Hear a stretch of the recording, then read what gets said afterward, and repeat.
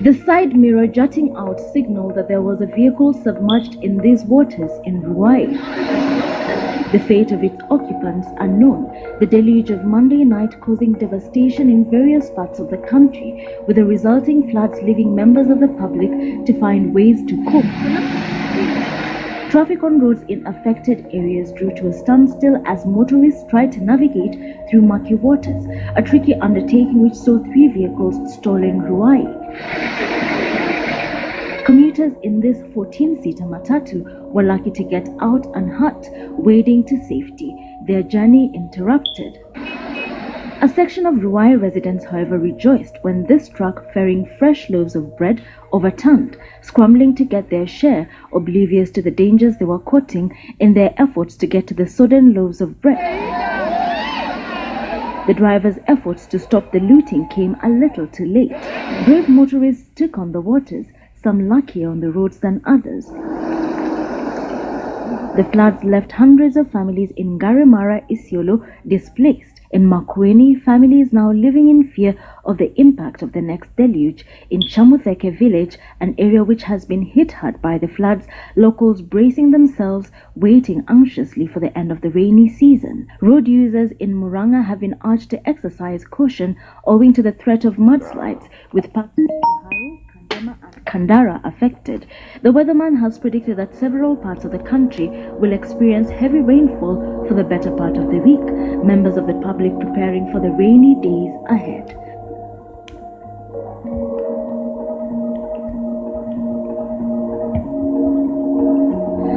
Right, so let's talk about what is slowly turning out to be the new tourist attraction. The fault lines along the Maimahiu-Narok Road have widened and deepened even further following heavy rains yesterday. Dozens of travelers are now stopping by the scene to witness the rare geological occurrence. 14th of last month, when the fault lines first occurred following heavy rains which cut off the Narok-Maimahiu Road. 39 days later, the fault lines are wider and deeper.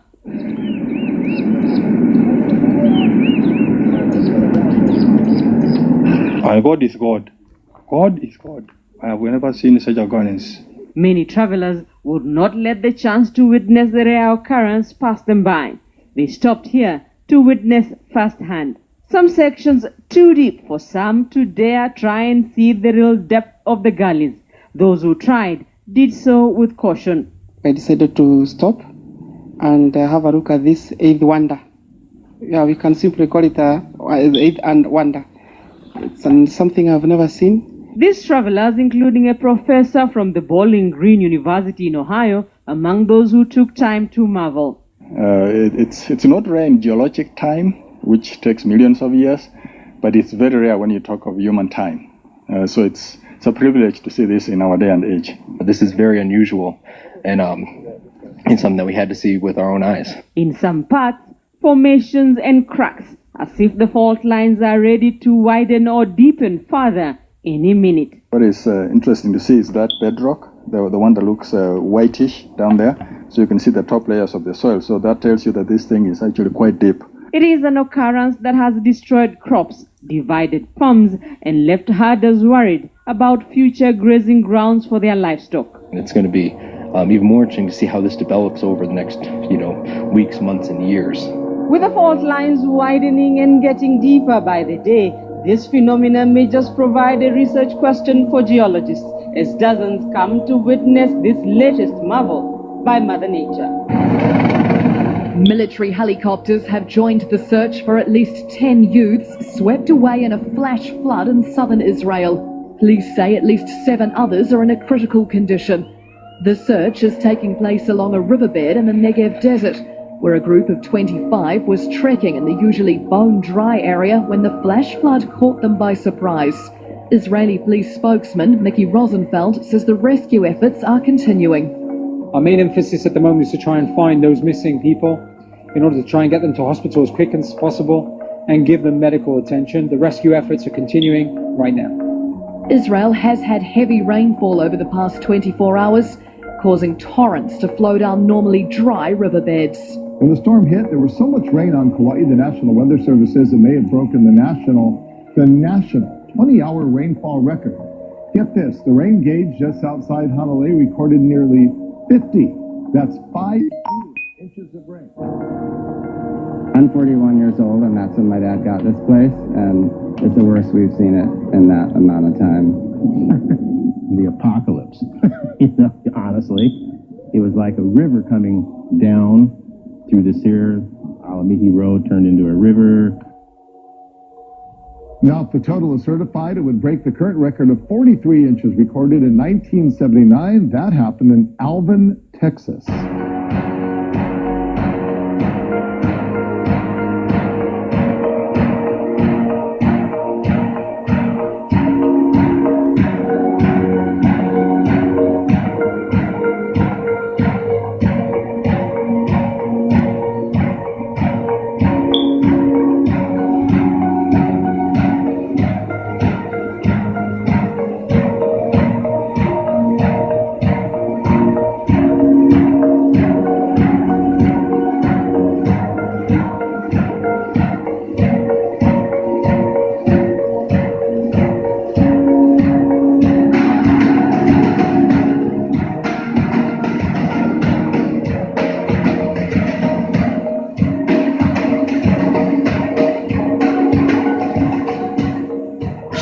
Plumes of billowing black smoke in a series of explosions as fires spread through Wisconsin's only oil refinery. At least 11 workers hospitalized, one of them seriously injured. The initial explosion in Superior could be felt up to a mile away. The flames appeared to be out late morning, but reignited a short time later. Fire is not attempting to be put out right now. They said we can't get people close enough to actually put the fire out. At this hour, the evacuation zone stretches for miles. It now includes a hospital and all nearby schools. Parents rushing to pick up their kids to get them away from the potentially toxic smoke. We'll inform everybody when it's safe. At this point, we just don't know when we're going to bring them back. Husky Energy purchased the refinery in November and was in the process of a shutdown for routine maintenance. They say asphalt is what's burning. It's a little like tires. Once you get going, they're very hot and they're hard to extinguish. Authorities don't know what caused the explosion, but warn the fire could burn for days. A new report from the Centers for Disease Control and Prevention found the number of children with autism in the United States has gone up. The data, which was collected in 2014, estimates 1 in 59 kids have been diagnosed with autism spectrum disorder. That's higher than CDC findings from 2010, which reported 1 in every 68 children had autism. Researchers looked at 8-year-olds in 11 communities across the U.S. That's to from that calculate the fucking results. mercury from them They damn chose diverse vaccines. communities that were not necessarily nationally representative in order to gauge autism prevalence in racial, ethnic, and socioeconomic groups. That part of the analysis showed a decrease in the prevalence of autism diagnoses between Black and white children and Hispanic and white children. But the study's authors say the data isn't clear about the reason for the overall increase. One theory is that access to services, screening, and diagnosis has improved, which is considered a positive improvement. Experts recommend more research to fully understand why youth autism rates have risen. After they put out their bins of recyclable rubbish, most Australians think no more about it. But this is just the start of a process which is facing a crisis. In Australia, trucks bring the mixed plastics, paper, glass and metal to a facility like this one to be separated. Until recently, about half of the plastic and paper was then shipped to China. Chinese companies were importing and processing nearly half the world's plastics and paper recycling. But in January, China's government, in effect, banned the import of recyclable waste. It had allowed in bundles that were up to 10% contaminated, meaning up to 1/10 of a bale of one type of recyclable plastic could, in fact, be non-recyclable material. Australian centres like this one had to do only a rough sift of the initial material. The fact that it's made up of different plastic sites in itself is contamination. Well, you can see there's a bottle of water there. It's made out of a PET material there, and the cap is made out of a different material, and you've got the label, which is made out of a different material again. So the label, the cap, and the neck would be regarded as contamination. China now says only 0.5% of each imported bundle can be so-called contamination. There isn't a plant in Australia that can produce a bundle that can pass that test.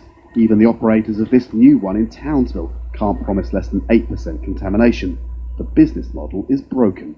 The supplies are constant, but the demand's been wiped out by about half. And yeah, there is a real challenge to find a market for those recyclables in both the short term and the longer term.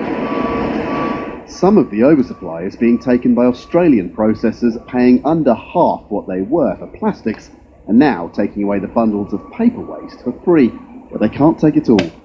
No one is admitting to stockpiling. Big mountains of plastic and paper are a fire risk. Creating them breaks laws, but the excess has to go somewhere. About 10% of everything that comes into this facility is waste that can't be recycled, and it's bound up, put in bales like those, and that will go to landfill. The concern now is that a lot more may end up in landfill. Those bales are 90% plastic. That would have gone to China. Can't anymore.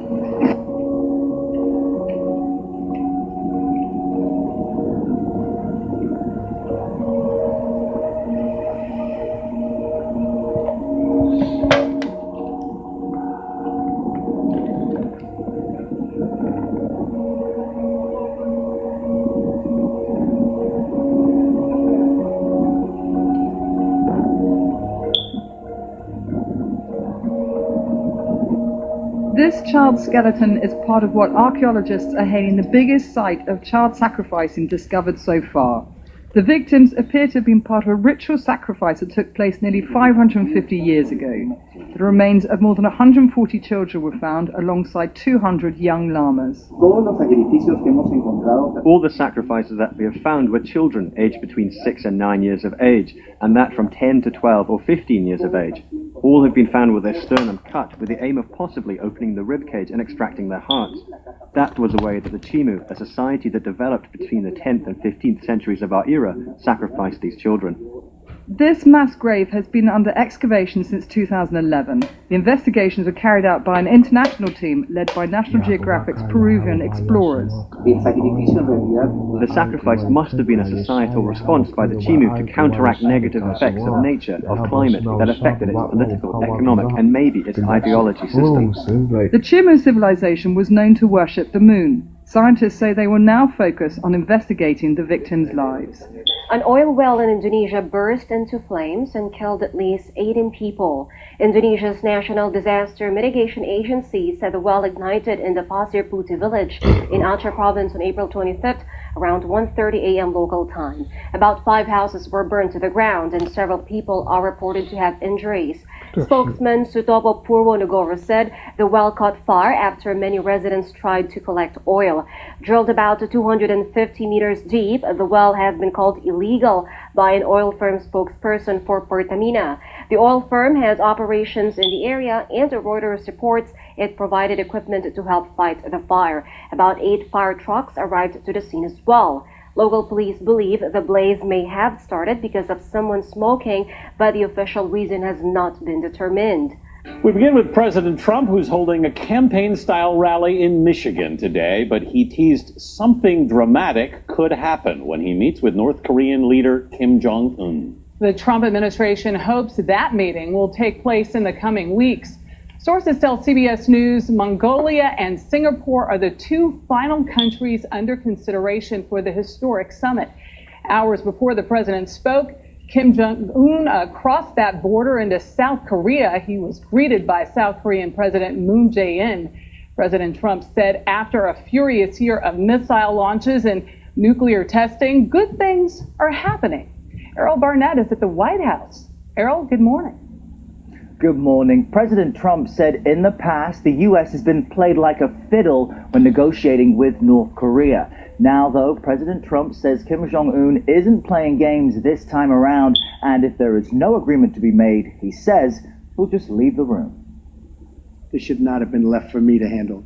President Trump said bringing peace to the Korean Peninsula is his responsibility. We will not repeat the mistake of past administrations. Blaming predecessors for failing to halt North Korea's nuclear development. Maximum pressure will continue until denuclearization occurs. The president said he was encouraged by Kim Jong-un's goal of denuclearization and recognized American allies China, Japan, and Germany for helping the administration's max pressure efforts. Hours before President Trump's comments, Kim Jong-un shook hands and embraced South Korean President Moon Jae-in. First time in 65 years a North Korean leader walked south of the border. I also want to congratulate the Republic of Korea and North Korea on their historic meeting. Newly confirmed Secretary of State Mike Pompeo, who met with Kim earlier this month, said the U.S. wants North Korea's weapons dismantled. We would not be where we are today without President Trump's maximum pressure campaign. Pompeo was in Brussels for meetings with NATO members just 24 hours after the Senate approved his nomination. The nomination is confirmed. The former CIA director will also travel to Saudi Arabia, Jerusalem, and Jordan to discuss the Iran nuclear deal. He is unlikely to stay in that deal. President Trump discussed Iran with the French president and German chancellor, both of whom visited the White House this week to convince Mr. Trump to stay in the agreement. The president declined to say whether military force would be an option if he is unable to negotiate a new arrangement, but made one thing clear. They're not going to be doing nuclear weapons. You can bank on it. They are an unlikely duo, famous and famously contrarian. All I gotta say is... A rapper who says he's getting a bum rap, and a president who believes much the same. Social media exploded when Kanye West tweeted his support. You don't have to agree with Trump, but the mob can't make me not love him. We are both dragon energy. He is my brother. The president declared this very cool, and other rap artists weighed in. Chance the Rapper said it well. Because you're black does not mean you're a Democrat. Then came the role reversals. Conservatives have never much liked Kanye because of this comment after Katrina. George Bush doesn't care about black people. But now... Kanye looks and he sees black unemployment at the lowest it's been in the history of our country. He sees that stuff and he's smart. And he says, you know what? Trump is doing a much better job than the Democrats did. And the liberal community quickly cooled on Kanye. We have the right to independent thought, and I independently think that Kanye has lost his mind. Why wouldn't you take him seriously? Because he's not a serious person. He's like a provocateur. That's your opinion, but he's actually a serious businessman. As the backlash built, Kanye's celebrity wife, Kim Kardashian, tweeted that the media are trying to demonize him, that the commentary on Kanye being erratic or having mental health issues is actually scary. For Kanye's sin of speaking his mind, musical icons like Drake, Kendrick Lamar, Nicki Minaj, and Rihanna unfollowed him on social media. What a punishment. The finger pointing has gotten personal. Singer John Legend begged Kanye to abandon Trump, saying, many people who love you feel betrayed right now because they know the harm that Trump's policies cause, especially to people of color. Kanye says he loves Legend back, but that's a tactic based on fear used to manipulate my free thought. The president tweeting again today, Kanye West has performed a great service to the black community. This is all very entertaining, a hip-hop melodrama featuring two wealthy self-promoters with huge Twitter followings. But there's a serious side as well. Kanye West breaking the mold of black identity politics by embracing a Republican president. Brett? Might get invited to the White House, who knows? The president, how he's skipping tomorrow night's White House Correspondents' Dinner. What's the strategy there? He'll be counter-programming, just like last year, with a rally in the other Washington. This is Washington, Michigan, where I'll go out on a limb and predict he'll take some shots at the press. But he's also out with a fundraising letter saying, why would I want to be stuck in a room with a bunch of fake news liberals who hate me? So the president is deliberately using the media as a political foil to get his supporters riled up and perhaps writing some checks. These are fighters for the Kachin Independence Army, filmed just last month patrolling the enclave in the remote northernmost region of Myanmar and just within sight of government forces. As long as the Burmese keep coming at us, we have to keep fighting. Just over 2 weeks later, these fighters were being bombarded, Myanmar's military reportedly pounding rebel positions with airstrikes and artillery in response to Kachin threats to retake lost territory. Kachin rebels say they've been defending the right of the mainly Christian minority to control the resource-rich region for more than 50 years. They accuse Myanmar's soldiers of decades of atrocities and employing tactics similar to those allegedly used by government forces against Rohingya in Rakhine State, burning down houses, shooting people, and raping women. The government of Myanmar denies the accusations. Myanmar's ethnic diversity is at the heart of conflict right across the country. When Myanmar gained full independence from British rule in 1948, power was unexpectedly handed to the majority Burmans, a deal that excluded numerous ethnic minorities, including the Kachin. The country has been at civil war ever since. 8 of the 130 ethnic groups in Myanmar have armies. The Kachin is one of the most powerful. A 17-year ceasefire deal with the Kachin fell apart in 2011 and fighting resumed. The decades-long unrest has displaced an estimated 120,000 Kachin. They don't fire at the front line, they fire at random anywhere, so we don't know where they're going to drop. We're so scared. We don't know if it will happen when we're asleep. That's why we're so scared. We can't sleep at night. Some armed ethnic groups have signed peace deals with the government. Others, including the Kachin, have not. They say they don't trust the process or the government and have joined an alliance of rebel groups in the north. Now they're engaged in some of the worst fighting in decades, but it's difficult to assess. Media access is strictly limited, and aid agencies are calling on the government to allow them access.